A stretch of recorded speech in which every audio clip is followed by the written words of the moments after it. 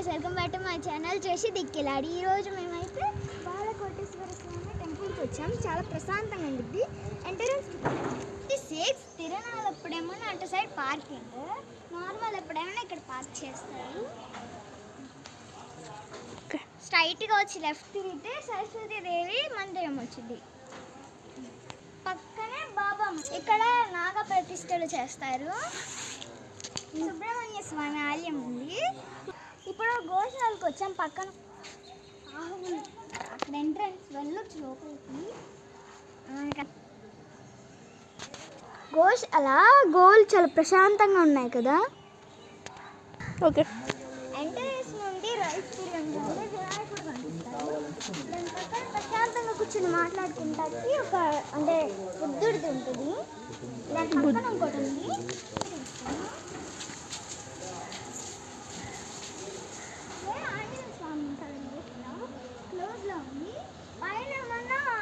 స్వామితో ఉన్న అంటే రాముడు, సీత, లక్ష్మణుడు, ఆంజనేయ స్వామి ఫోటో వేశారు. కానీ లోపల మాత్రం ఆంజనేయ స్వామి ఉన్నారు.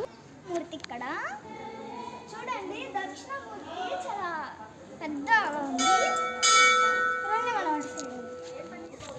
అక్కడ నుండి స్ట్రైట్గా వస్తే మనకి ఇక్కడ అంటే పూజలు చేస్తారు కదా, హోమాలు. గోశాల లాంటిదే, కాకపోతే అది కాదు, హోమశాల. ఇక్కడ కూడా నాగ ప్రతిష్టలు చేస్తారు. మేము ఇక్కడికి వచ్చినప్పుడు నా ఫ్రెండ్ కూడా కలిసింది.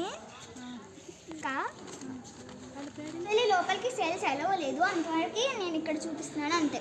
బాయ్.